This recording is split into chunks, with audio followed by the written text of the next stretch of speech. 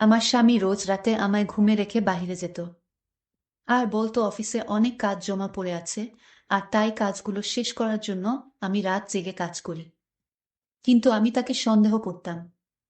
একদিন একটা 12 বছরের মেয়েকে বাড়িতে নিয়ে আসলেন। আমি জিজ্ঞেস করলাম, এত অল্প বয়সী মেয়েটিকে কেন বাড়িতে নিয়ে আসলে? সে উত্তরে বলল, অফিসে অনেক কাজ জমা পড়ে আছে, আর সেই কাজ রাতে দুজনে শেষ করতে হবে। সকালে ফাইল জমা দিতে হবে। আমি তার কথা শুনে অবাক হয়ে গেলাম। মেয়েটা ঘোমটা পরা ছিল। আমি ঠিক চিনতে পারিনি। একদিন আমি তারা রুমে কি করে তা জানার জন্য আমি বেকুল হয়ে গেছি। আর তাই আমি তাদের রহস্য জানার জন্য আমি তাদের রুমে সিসি ক্যামেরা লাগিয়ে দিই। তারপর সিসি ক্যামেরায় যা দেখলাম তা দেখে আমি অজ্ঞান হয়ে গেলাম। সেই ঘটনাটি আজ তোমাদের বলবো। স্বর্ণা আর শিমুল ভালোবেসে মা বাবার বিরুদ্ধে গিয়েই তারা বিয়ের বন্ধনে আবদ্ধ হয়। শিমুল বেশ ধনী পরিবারের সন্তান। অর্থ সম্পদের কমতি নেই। স্বর্ণা এক মধ্যবিত্ত ঘরের মেয়ে। 3 বছরের বিবাহ জীবনে তাদের 6 মাসের এক মেয়েও রয়েছে। মেয়ের নাম সীমা, তা শিমুল নিজেই রেখেছে। শিমুল প্রথম সন্তান না নিতে চাইলেও স্বর্ণার জোরেই সে মানতে রাজি হয়। আর এখন তো শিমুলের মা হয়ে উঠেছে ওই সীমা। প্রতিটা দিন তো বেশ ভালোই গেছে। তবে সামনে আসা দিনের কথা না কেউ জানে না জানতে চায়। 4 বছরের সংসারে শিমুল কোনো অভাব হতে দেয়নি। স্বর্ণা কিছু মুখ ফুটে বলার আগে তার প্রয়োজনীয় সব তার পথ তুলে রেখেছে। শিমুলকে ভালোবেসে স্বর্ণা তার মা বাবা ভাই সব হারিয়েছে। এতে তার কোনো দুঃখ নেই। তবে দুঃখ তো এটাই, যার জন্য সব ছাড়ল, এখন সেই তাকে ছেড়ে অন্যের খাঁচায় বাসা বেঁধেছে। খাবার টেবিলে স্বর্ণা আর শিমুল বসে খাওয়ার নাটক করছে। কারণ স্বর্ণার মন আজ সকালে শিমুলের অফিসে তার কেবিনে যা দেখল তা নিয়ে। আর শিমুলের মন ফোনে কারো সাথে মিষ্টি চ্যাটিং করায়। স্বর্ণা বেশ বুঝতে পারছে, শিমুলের মুখ দেখেই বোঝা যায়। সারাদিন স্বর্ণা এক ফোঁটা পানি মুখে তুলেনি। এখনো তুলতে ইচ্ছা করছে না। শিমুল। স্বর্ণা কিছু বলবে, মোবাইলের নিকে তাকিয়ে। স্বর্ণা এত সুন্দর করে ডাকলো, তবুও শিমুল আজ ওর দিকে তাকালো না। আগে ডাকার আগেই ওর পাশে আঠার মতো লেগে থাকত। বেশ কয়েকদিন ধরেই শিমুল এমন করছে। প্রথম তো ভেবেছে কাজের টেনশনে হয়তো এমন দূরে থাকা। তবে ব্যাপারটা একদম অন্যরকম। কত ভালোবেসে শিমুল বলে ডাকে স্বর্ণা, আর সেই শিমুলই কিনা। স্বর্ণা সকালের ঘটনাটা বলেও বলতে পারছে না। লজ্জা আর ঘৃণা দুই তাকে গিলে খাচ্ছে। তবুও তার প্রাণের শিমুলকে ডেকে বলল, আজ তোমার অফিসে দিন কেমন গেল? ফোনটা সাইডে রেখে শিমুল স্বর্ণার দিকে তাকিয়ে রইল। হঠাৎ অফিস নিয়ে পড়লে যে? না, এমনি। ওহ, হ্যাঁ, ভালোই গেছে। নতুন একটা প্রজেক্ট সাইন করেছি। বেশ মুনাফা হবে।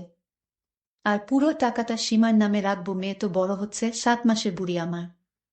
স্বর্ণা শুধু হুম বলে চুপ, নিজের ভাতের দিকে তাকিয়ে আজ ভাতের দানা গুনার চেষ্টা করছে। স্বর্ণা, শুনো, কাল 2 দিনের জন্য শহরের বাইরে যাব, দেওপুর। সেখানেই নতুন প্রজেক্টটা দেখে আসতে হবে। তা তোমার ওইখান থেকে কিছু চাই?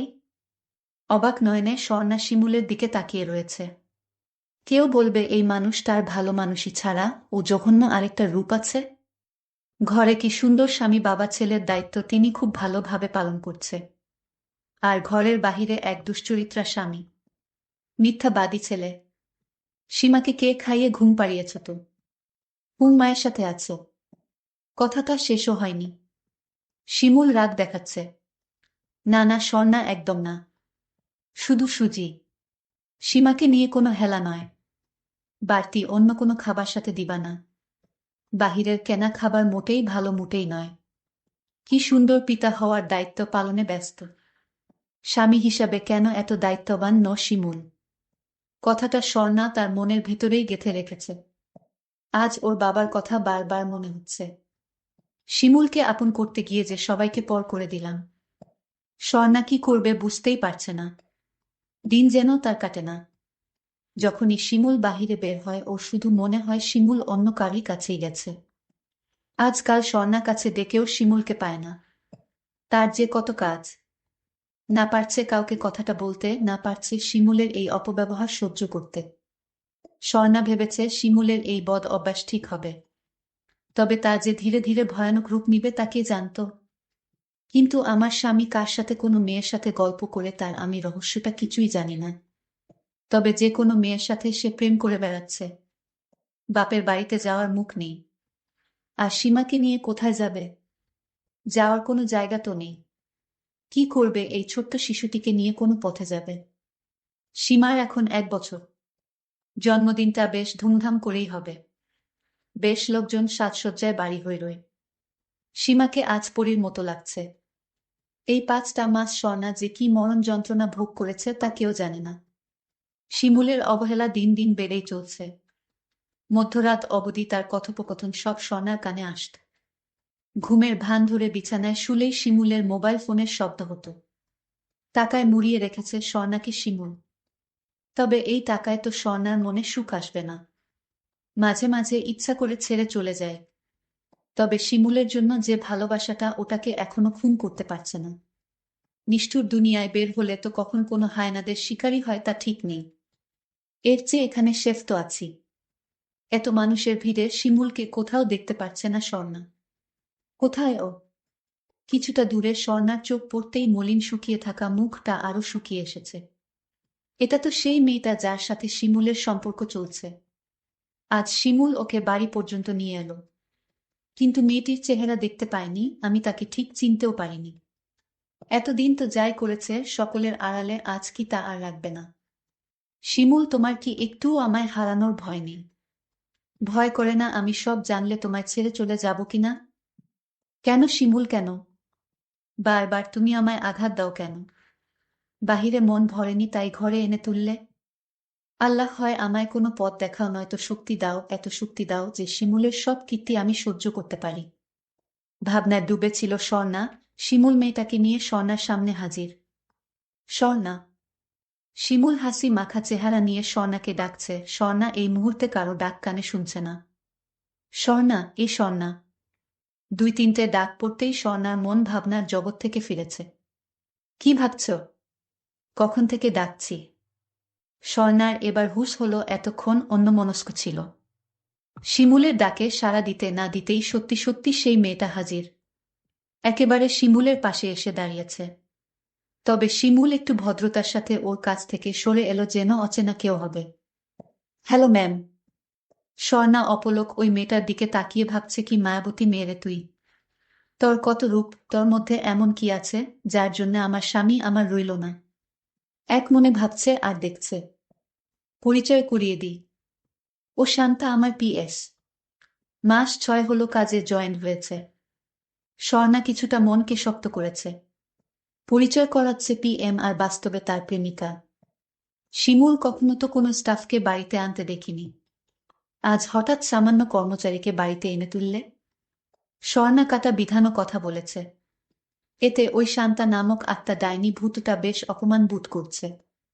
শিমুলের মুখের দিকে তাকিয়ে রয়েছে এক পলকে।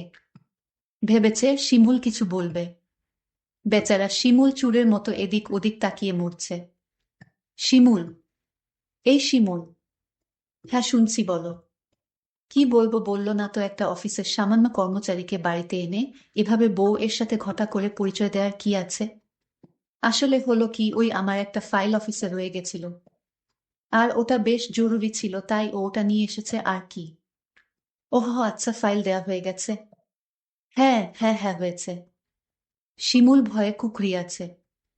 এর মানে স্বর্ণাকে হারানোর ভয় মনে বহু। ভয়টা ভিতরে থাক, সামনে এনে লাভ হবে না। বেশি টাইট করতে গিয়ে রশিটাই না ছিঁড়ে যায়। হুম। মিস, এসেছ যখন খেয়ে দিয়ে যেও কেমন? দুকথা শুনিয়ে স্বর্ণা চোখের কোণে জমা লোকানো পানিটা নিয়ে শিমুলের আর শান্তার কাছ থেকে সরে এসেছে। পার্টি শেষ। আজ শান্তা কি যাবে না নাকি? শিমুল। হ্যাঁ স্বর্ণা। সবাই তো চলে গেছে, তোমার পিএস রয়ে গেল যে। আসলে শিমুলই তো শান্তাকে আটকিয়েছে। তবে এখন ঝামেলা স্বর্ণাটা। কত প্রশ্ন করে। আগে তো এত প্রশ্ন করতো না। আসলে ওর বাড়ি অনেকটা দূরে। আর রাত ও বহু হয়েছে। তাই আমিই বলেছি রাতটা এখানে থাকতে। অবশ্য তুমি যদি চাও আর কি। হা হা করে স্বর্ণা হেসে উঠেছে। হাসালে শিমুল, বল হাসালে। থাকতে বলেছই যখন, এখন আর আমার মতামত কিসের? শিমুল কিছুটা বিভ্রস্ত। ফেঁসে গেল নাকি? বাদ দাও, তোমার যা ভালো লাগে তাই করো। একটা ভারী পাথর মনে রেখে কথাটা বলে স্বর্ণা তার রুমে চলে গেছে। মেয়েটা ভয় পেয়েছে, তাই এত কিছুর দিকে নজর না দিয়ে মেয়েটাকে আঁকড়ে ধরে থাকতে চায়। আর দেখতে চায় শিমুল কতটা নিচে নামতে পারে। মধ্যরাত প্রায়, সীমাকে ঘুম পাড়িয়ে স্বর্ণা শুয়েছে। শিমুল এখনো ঘুমায়নি, ও তো স্বর্ণার ঘুমানোর অপেক্ষায় আছে। তবে স্বর্ণাকে জাগতে দেখে শিমুল বহু হতাশ। ঘুমাওনি তুমি? না, তুমি জেগে যে? না, ওই অফিসের ওই ফাইলটা দেখার বাকি রয়েছে। সকাল সকাল তো ওটা নিয়ে বের হতে হবে। ওহ, তাহলে শুয়ে না থেকে দেখে নাও। হ্যাঁ, তবে শান্তার কাছে সব ডিটেলস ওকে সাথে না নিয়ে কি করে বুঝবো? এতে এত ভাবনার কি শিমুল? তুমি যেমন চিন্তায় ঘুমাতে পারছো না, তেমন শান্তাও হয়তো সেই চিন্তায় মগ্ন। শিমুল একরাশি প্রশ্নসূচক হয়ে স্বর্ণার দিকে তাকিয়ে রয়েছে। মানে ফাইলের চিন্তায়? বলতে চাইছি। তা যাও, শান্তার রুমেই অফিসের ফাইলের কাজটা করে এসো। এখানে করতে পারবে না, কারণ আমি আবার তোমাদের ডিস্টার্ব করতে পারি। কথা কিভাবে স্বর্ণা বলেছে? কেন বলেছে তা আর শিমুলের কানে ঢুকল না। এখন তো ওর অন্যরকম চিন্তা মনে চলছে। আর তাই এত সব ভেবে মোডটা নষ্ট করে লাভ কি? তারপরের দিন স্বর্ণা বলল, এখন সকাল হয়েছে, শান্তাকে বাড়িতে পাঠিয়ে দাও। শিমুল বলল, জানো স্বর্ণা, ওর মা বাবা আজ বাড়িতে নেই, তাই বলছিলাম আজকের রাতটা ও থেকে যাক। তুমি কি বলো? আমি আবার কি বলবো? তোমার বাড়ি, তোমার ঘর, তুমি যাকে ইচ্ছা তাকে নিয়ে আসবে বাড়িতে। আমি কি তোমায় কিছু বলতে পারি? সেই সুযোগ আমাকে দাও। তোমার যা ভালো মনে হয় তাই করো। আমার কিছুইতে ঘুম আসছে না। আমি আজ ঘুমের ভান করে রইলাম। শিমুলের সাথে তার কিসের সম্পর্ক এটা আমার জানতে হবে। তারা ওই রুমে কি করে তা আমার জানতে হবে। কিন্তু আমার স্বামী বলে অফিসের কাজ করে, এই কথা আমার কিছুইতে বিশ্বাস হয় না। আমি আর সহ্য করতে পারবো না। হয় আমি থাকবো বাড়িতে, না হয় শান্তাকে নিয়ে ও থাকবে বাড়িতে। আমি আমার মেয়ে সীমাকে নিয়ে যেদিকে দুচোখ যায় সেই দিকে চলে যাব। বাকিটা আল্লাহ দেখে নিবে। তাও আমি এ বাড়িতে চোখের সামনে এসব দেখতে পারবো না। কিন্তু আমি এ বাড়িতে রয়েছি শুধু মেয়েটাকে চিনার জন্য। মেয়েটাকে কি, তার পরিচয়। আর তারা রুমে কি করে তা জানার জন্য। আসলে কি অফিসের কাজ করে নাকি অন্য কিছু। আর এই রহস্য জানার জন্য আমি তার রুমে সিসি ক্যামেরা লাগানোর সিদ্ধান্ত নেই। আমি আমার বড় ভাই রিপনকে বললাম, ভাই তুমি আমার একটা উপকার করবে। কি উপকার? আর এভাবে অসহায়ের মতো বলছো কেন? বলো, তোমার কি হয়েছে? আমার কিছু হয়নি, হয়েছে আমার স্বামী। তোমার স্বামীর আবার কি হলো? আমি সব পরে তোমারে বলবো। তার আগে তুমি আজ তাড়াতাড়ি একটা সিসি ক্যামেরার ব্যবস্থা করে আমাকে দাও। ঠিক আছে আপু, আমি ক্যামেরা নিয়ে আসছি। শিমুল আর শান্তা রুমে ছিল না। রুমে অতিরিক্ত গরম থাকায় বাহিরে ঘুরতে বের হয়েছে। আর এই সুযোগে আমি সিসি ক্যামেরা লাগিয়ে দিলাম তাদের রুমে। তারপর তারা দুজন ঘরে ফিরল সন্ধ্যার দিকে। আমি বললাম, শিমুল আজও কি শান্তা তার বাড়িতে ফিরল না? সে আমার সাথে রাগ দেখিয়ে বলল, শান্তা আমার বাড়িতে থাকবে, ও আমার অফিসের কাজে হেল্প করে, ওকে আমার দরকার। আমি মনে মনে বললাম, কি দরকার সেটা তো আমি ভালো করেই জানি। যদি আগে জানতাম তাহলে তোমার মতো এমন নিচু মনের মানুষকে কখনো বিয়ে করতাম না। আজ তোমরা রুমে অফিসের কাজ করো নাকি অন্য কিছু করো, সব ধরা পড়বে। আজ তোমার শেষ দিন। তারপর আমি ল্যাপটপ নিয়ে আমার রুমে বসে তাদের কাণ্ডকলাপ দেখতে লাগলাম। তারা দুজন রুমে প্রবেশ করল। তারপর আমি দেখলাম তারা দুজন এক অদ্ভুত আচরণ করতে শুরু করল। কিন্তু মেয়েটার চেহারাটা দেখে আমি থমকে গেলাম। এটা কে? এ তো অফিসে চাকরি করে না। ও তো আমার ছোট বোন ফারুক। তাহলে কি আমার ছোট বোন আমার সাথে প্রতারণা করল? আমি এসব কি দেখছি? আমি চিৎকার দিয়ে উঠলাম। আমার চিৎকার শুনে আমার শাশুড়ি শ্বশুর রুম থেকে বের হয়ে আসলো। বৌমা, কি হয়েছে? এভাবে চিৎকার করছো কেন? প্রিয় বন্ধুরা, তারপর কি হয়েছিল সেটা পরের পার্টে জানানো হবে। সেই পর্যন্ত সবাই ভালো থাকবেন, সুস্থ থাকবেন। আল্লাহ হাফেজ।